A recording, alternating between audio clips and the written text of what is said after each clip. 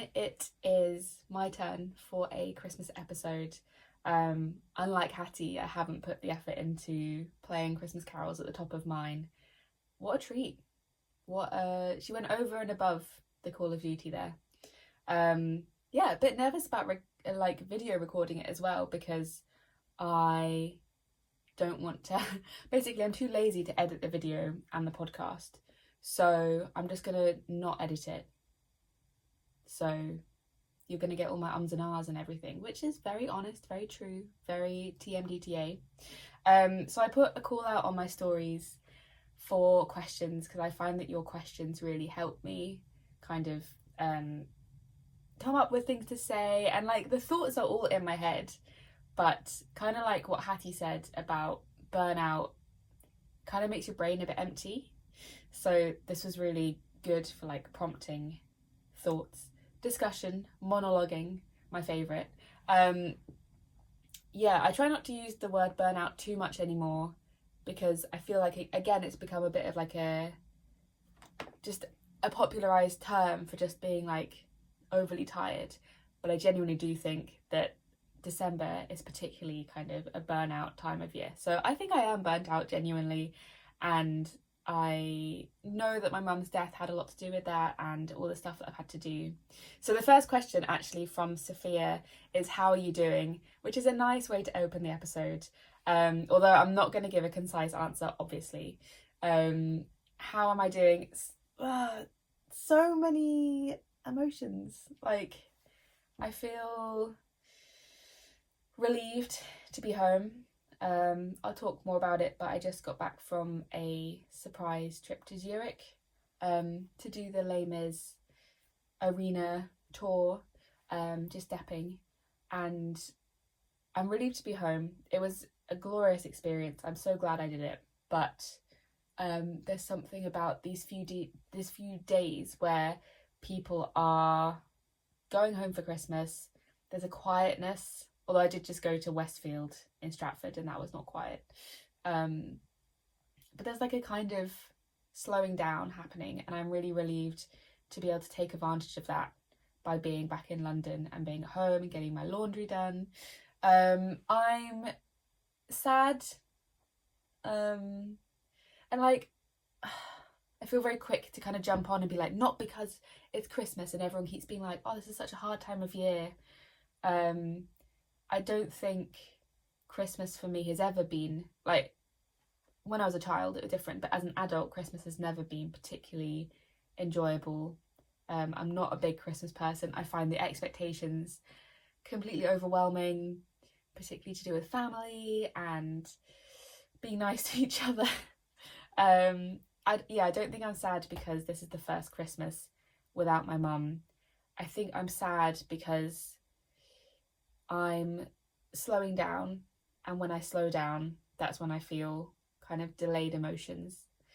So I was on the plane back yesterday, and I just felt so like, I just cried. I had a moment of, fuck, like, death is really sad. And I've said this a lot, maybe not on the podcast, but I'm very sad for my mum that she died in the way that she did, and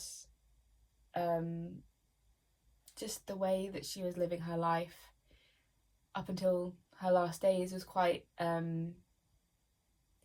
soulless in some ways, like so hyperfixated on body, aesthetics, dieting, fasting, exercise, weight, all this kind of stuff. And I really can't shift my sadness for her about that. I think that's okay. Like, it is just desperately sad, but it's in the quiet moments when the emotions come kind of flooding in. I'm still kind of angry and irritated all the time. Not all the time, it has subsided a bit, but I just feel kind of like, why aren't things going my way, and why isn't everything done? Why is it me? Why is this so unfair? But I mean, for the first time in a while, I feel kind of proud. I guess it's the kind of reflective time of the year where you look back and you're like, holy shit, like, I've done so much this year that I didn't think I'd be able to do or didn't see coming, and just kind of managed to cope with it somehow. Yeah, and kind of happy and kind of content in that as well. So yeah, there's a lot going on. I'll go on to the next question because it's from Sophia as well, who says, how do you balance all your jobs? So I have written a few notes because I had some, this is my cat notebook, obviously. I had some really great questions, and I kind of wanted to not just ramble. I wanted to give some preformed thoughts. What a treat for you all. Yeah, so how do I balance all my jobs? I often don't. Honestly, I feel like I drop the ball quite a lot. Not necessarily like dropping the ball, but I don't give as much energy and kind of focus to a lot of them that I would like. And I think I am over capacity right now. I think, you know, I'm not really practicing enough, or like to the level I think I need to be practicing in order to like maintain the standard, or like to perform at a standard that I feel comfortable with in gigs. And that has been hard with my mum, and going back and forth to her house and doing all the admin and stuff related to that. But I do think the way that I've kind of accidentally structured my life now, with all the different commitments I have, does mean that I don't feel like I'm giving what I would want to most of my various commitments. I feel like I'm also kind of at a level of like ultra organizedness that is not necessarily like, it's really impressive a lot of the time. Like I'm doing the like slotting and the organization and the diaries and like really like being strict with my time. But I do feel like that takes away from the flexibility and the enjoyment and maybe like the social aspects of life that I would like. I feel like it subtracts from my relationships and my not networking, but like my ability just to like be around and have fun with that. I just feel like I'm always dashing off somewhere, which is what has been a theme for a lot of my life, to be honest. And I was kind of getting somewhere with it maybe earlier this year. I guess when I kind of gave up my private teaching, that was quite a big move to create some more space in my life. But predictably, I seem to have filled it up, and I don't feel good about that. I suppose one of the other things that really helps is with like the balancing is getting used to being a bit ruthless with some things and saying no, and really learning to trust your gut on what your priorities are. So I know that, for example, recently, so the Les Mis thing, where I got asked and I knew that I would have to dep out like a series of gigs that I really wanted to do, but not as much as Les Mis. And I knew that I'd have to miss college, and I knew that I'd have to miss some social engagements. And it feels a bit bad, but it doesn't feel as bad as it used to, because I know that this opportunity, for instance, is really in line with where I want my life to go. And that's taken ages, and it's still taking, it's a process, you know, figuring out what you actually want and how much you're willing to compromise and maybe piss people off for. It's really not comfortable, but I think you can become a bit more comfortable with it over time and practice, and tuning into what feels good, what feels bad, what feels medium. Yeah, so all in all, I try to balance my jobs, but I'm successful at it some of the time. Okay, who should I go to next? I guess along the lines of that, Francesca TPT, Instagram handle, asked 2 questions. The first of which is, are you getting the support you need to continue working while dealing with your grief? Brackets, you slay, trumpet emoji, close brackets. Not really. I think I was reflecting on this, and how as a freelancer in particular, I am most of the time in spaces where I'm around different cohorts of people.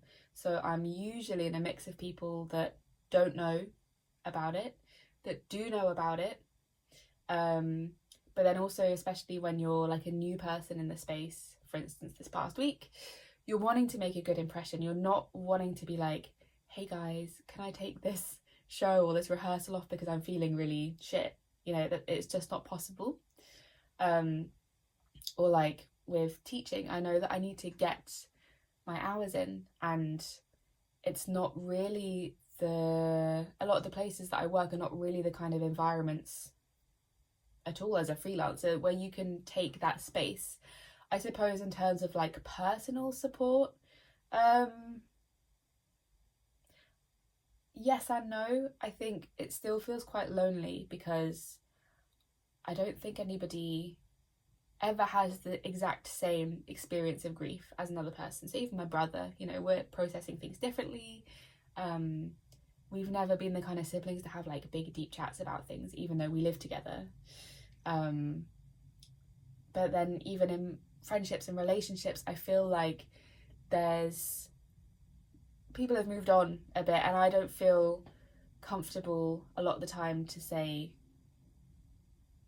I don't know what I need, but I also don't know what I need a lot of the time, because the one thing I know I need is space to recover and time to not do anything and not work and not practice and all this kind of stuff.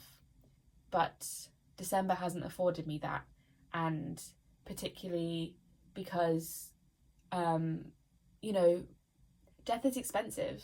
I won't receive any inheritance. It sounds so like clinical when you say it like that, but I won't receive any until late next year probably, or the summer maybe.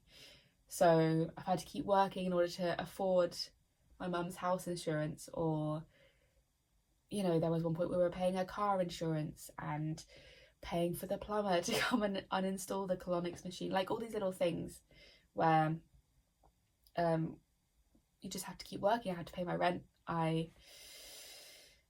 There hasn't been the space and the financial blanket for me to not work, which is really difficult. And then on top of that, feeling still kind of distant from people that I feel close to usually about it, because I think partly because the grief journey is such a roller coaster. It's always up and down and up and down, or I mean not even up and down, just random directions often, that I think it would be a kind of full-time job to be like, I don't want to see you today, or like, I really need you. Like, I feel like that fluctuation and the kind of unpredictability of it is not compatible with the relationships I have right now, partly because of how I've set up my life in terms of work, and I'm not really seeing many people at the moment because I'm always away, or like Stu's away a lot. My friends are, you know, doing Christmas stuff and I'm busy. That's interesting. I hadn't thought about that actually, like, maybe if I was freer, I would have the capacity to lean on my friends more. Wow, deep thoughts. And the other question from Francesca was, what's your favourite thing about being in Les Mis at the moment? I suppose just to be clear, I'm not in Les Mis. I'd love to be Javert. No, I don't think I could. But no, I was just doing a bit of dabbing, as I said. Although it did feel quite nice to be like part of it for a bit. That was fun. I think the best thing is that I'm really proud of myself for, like, I've never done shows or anything like that until this year, where I seem to have depped on 3 shows, just out of complete randomness. And I think as a classical musician, you know, that you hear this all the time, that when you do something that's slightly outside the classical box, that you feel a bit like impostery.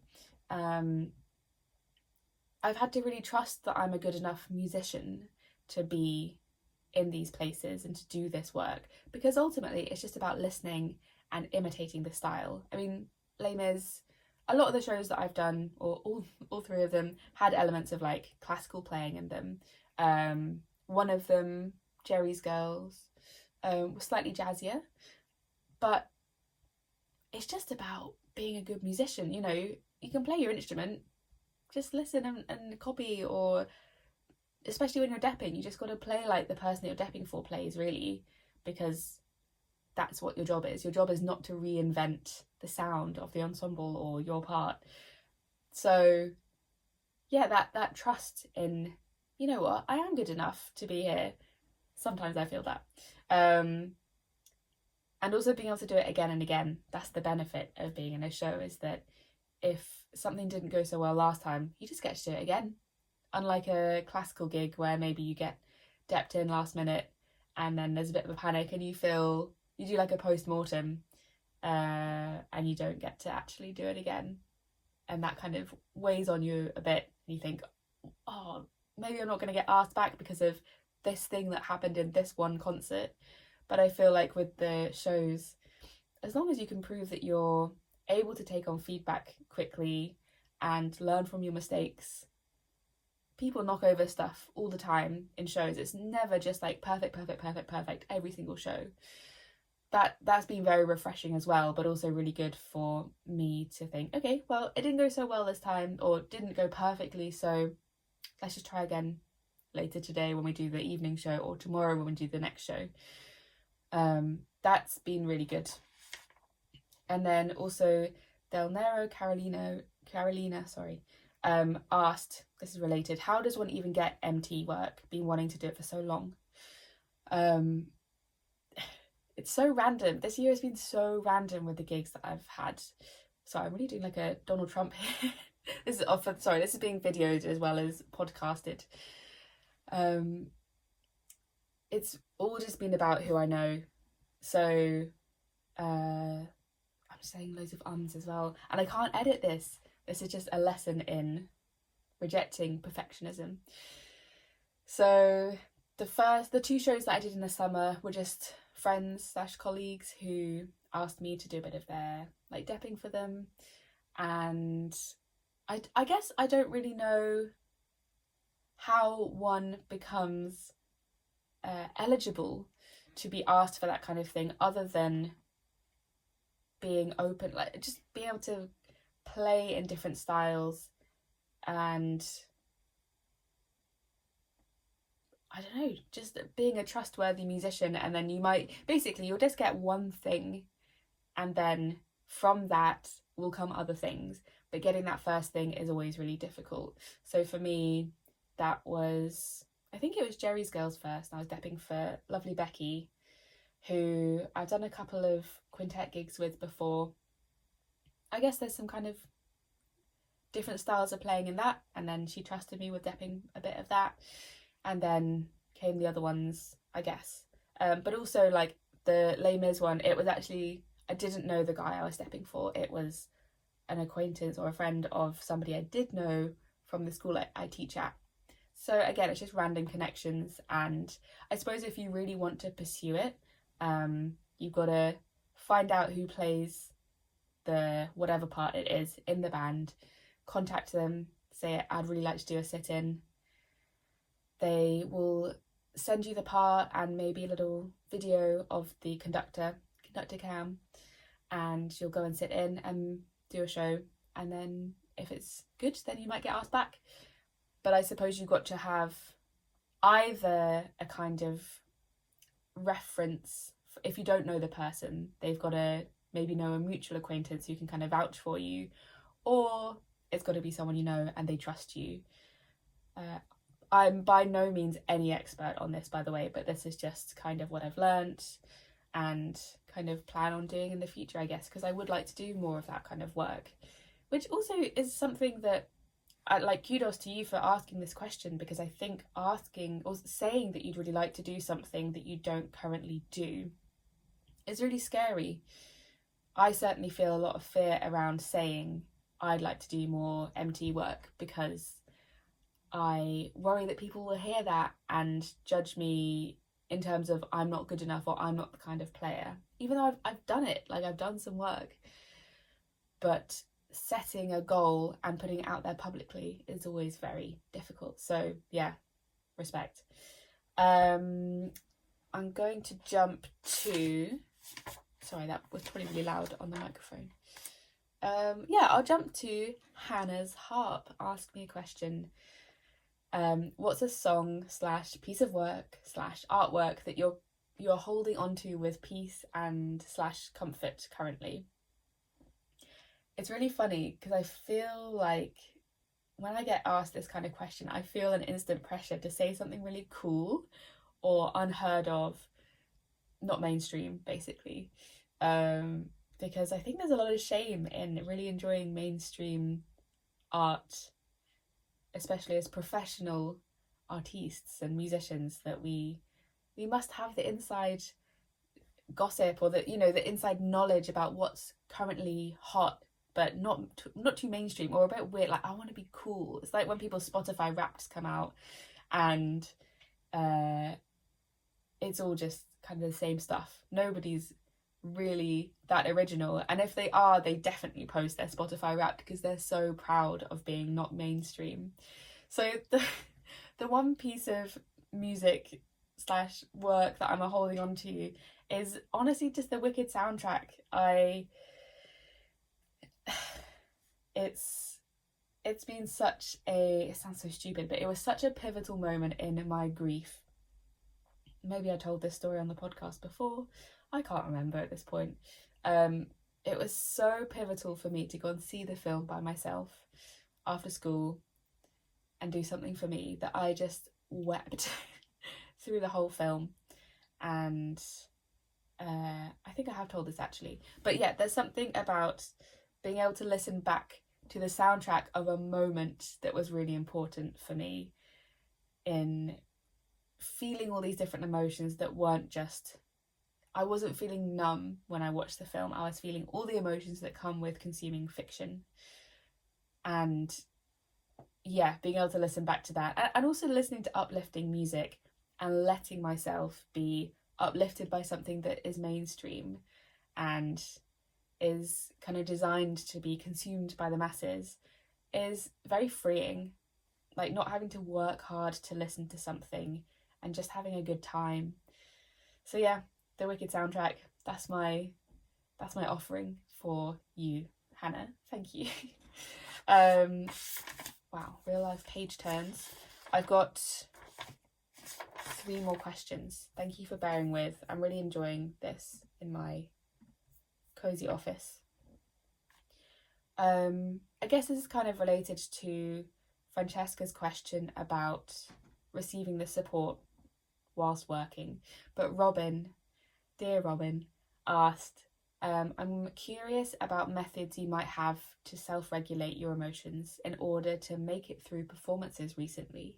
Heart emoji. This was a really interesting question because I suddenly realised that I have been so stressed in all my performances recently that I haven't had any space for any grief or kind of unregulated emotions other than stress, because of it being sight reading Les Mis or doing Christmas oratorio on the Nat. I've just done a lot of really hard work recently where I've just been in stress mode. So I suppose like I said at the beginning, it's the moments of quiet where all the emotion comes in. So to be fair, there are a few songs in Les Mis where I'd felt like kind of goosebumps and all this emotion, but then I was quickly back into, oh my god, where are we? And I suppose aside from performances, so after the performances when the emotions kind of come back in, I mean, there's kind of practical things, like I've been going to the sauna and swimming outdoors really well. The cold water has been really amazing because it really couldn't, like, it narrows your focus to just your body being in kind of survival mode. So that, and also there's a sense of achievement and kind of exhilaration that goes with that, and then kind of plateaus out into kind of calmness afterwards. So I've been really enjoying that. And then kind of with the sauna as well, that changing my physical state, not sounds like I'm changing into like a gas or a liquid, changing what my body feels like and then having the kind of release afterwards has been very helpful for emotions and working through stress. And also the fact that the sauna in particular, Hattie mentioned, I just listened to her episode and I was like, yes, there's something about the quietness of the sauna and having to sit there just with your own thoughts if you're there by yourself, or even if you go, as we did, to a quiet session. But being quiet around strangers in the heat, I don't know, not strangers in heat, strangers in the heat of the sauna. Both of those things have been really helpful. Another thing that I was like when I was crying on the plane yesterday, I've been kind of almost like making myself think about my mum's death kind of intensely, so much so that I will cry and feel all these huge feelings, and I'll kind of make myself think about it until it gets kind of boring, or like the feeling kind of drops off a little bit. And in that sense, I feel a kind of like catharsis. I don't know, it's a bit like, I'm sure loads of you have done this, where you're put on like a sad playlist when you're feeling a bit sad to kind of make yourself feel more sad, and then you feel kind of not done with the emotion, but there's a catharsis in feeling something more intensely than you would have done if you hadn't forced yourself to think about it, and then moving on.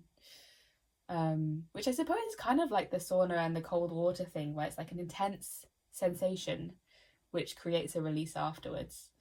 That's been helpful, I suppose, after and before performances. Not specific, like I haven't done that intentionally, but when I've been by myself sometimes and I've really tuned into like thinking about the day that my mum died, and I was sitting in here making phone calls to the hospital to try and find out what this missed call was about, and then the moment when I found out she died and that she had been alone, and then the kind of rush of shock and having to call all my relatives and my brother and my dad, like that's been such a traumatic moment that's very easy for me to access, to then think about very intensely and like feel that traumatization, so much so that then it stops making me feel a certain way, and then I can kind of get on with things.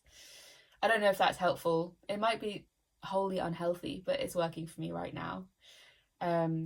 So 2 more questions.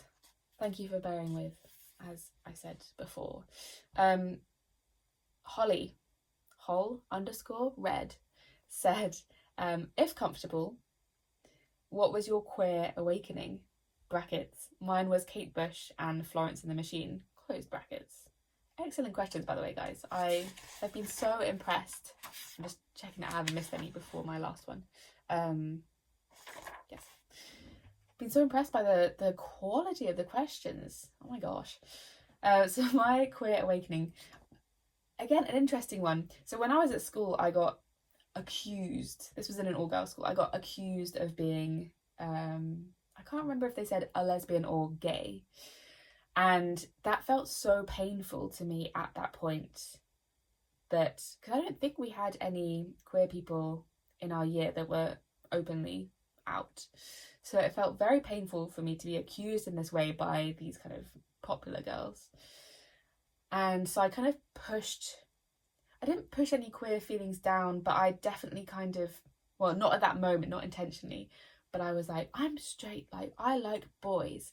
And I really kind of pursued straightness for a long time because of this pain in being falsely / truly outed and bullied for it. You know, that was quite an ongoing thing. So I don't think I really kind of fully accepted it until I was 20s. So this decade. But I definitely had the hots for Kim Possible and what's her name? Cave Girl. Don't know who the actress was. But yeah, I didn't know that was what a crush felt like for a woman, because I was like, well, I'm not gay, so I just really like the characters. Like, I just find them really, I don't know, I didn't have the language to describe it, but I find them really endearing as characters. And I would always pretend, my brother and I would pretend to be Kim Possible and the other guy. We'd like play, you know. And yeah, being Kim Possible made me feel so sexy and so kind of cool that I didn't realise until I was totally accepting, or not totally accepting, but I was more accepting of my queerness. I was like, oh, okay, I know what it was now. I just fancied the pants of these characters. But I think particularly when I had a turning point when I was, in my early 20s, where, and maybe beforehand, a lot of my boyfriends obviously had the threesome fantasy, and you know, that kind of narrative around, oh god, like, you know, if they want a threesome, then they should be comfortable with having another guy there, not just another woman. And I remember being like, no, I'm kind of fine with it. Like, I'm up for having sex with a woman. And yeah, so I think that is where I started to be like, hang on. What? Yes, I would like to have sex with a woman. And yeah, so thank you to all those exes who helped me realise the person that I was and look back on my crushes on Kim Possible and Cave Girl. So humiliating somehow. I think that's often the case with especially childhood crushes and queer awakenings, that they're often on like the roguest, fictional often characters. Yeah, who knew? So we come to our last question, which is from Harriet Butterworth, who asks, a very heavy one actually. She said you can leave it for later, but I was like, no, I'm going to stick it in this episode. She asked, what's one thing you wish people knew about processing, I wrote it in my handwriting, processing the death of an abuser. So I knew I had to answer this question because I felt so like icky about it when I read it. I was like, ugh, I don't know if I can talk about that. But I think that's why it's important to talk about it, because I think I initially thought when she died, great, I can talk about how abusive she was to me. No problem, I'm free now. But actually, not the opposite has happened, but something similar to the opposite has happened, where it's actually created a lot of self-doubt in me and a kind of worry that actually I misremembered a lot of things wrongly, and that actually I was just a bad daughter, or actually she was very reasonable in her demands and her ways of behaving, even though I know that's not the case, because I've been working on these specific things in therapy for ages before she died. But particularly when you start to talk publicly about somebody that other people remember in a very different way, there's such a fear that there's a fear that my experiences are less valuable than the positive memories that others have of my mum. So naming her behaviour as abusive and therefore making her an abuser feels very scary for me, even though I know that to be true, but I'm worried about protecting the feelings of others, and particularly family members. I don't think any of my family listened to this, but if they did, I have a fear of that, and them calling me unreasonable and creating more rifts in the family, particularly as there was such a big rift between me and my mum for so long, and my mum and other people in the family. Like, there have always been rifts, but I'm worried about creating more despite this being a really important thing to talk about. And I suppose there was a comfort in her being alive and talking about it to other people, in that the kind of threat of that historic abuse was still kind of looming. And so there was kind of an understanding that I can't talk about it very much. But now, not that I feel pressure to from anybody, but I want to talk about it myself. And that feels like a leap off some kind of cliff or something. That feels very frightening, and very then easy to turn the focus back in on myself and think, well, you know, maybe it was fine that she did this or said this, and it's actually really disrespectful to talk about somebody like this, even though I would never actually think that. But I kind of take on what I presume to be the opinions of other people. I think it's just a fear response, basically.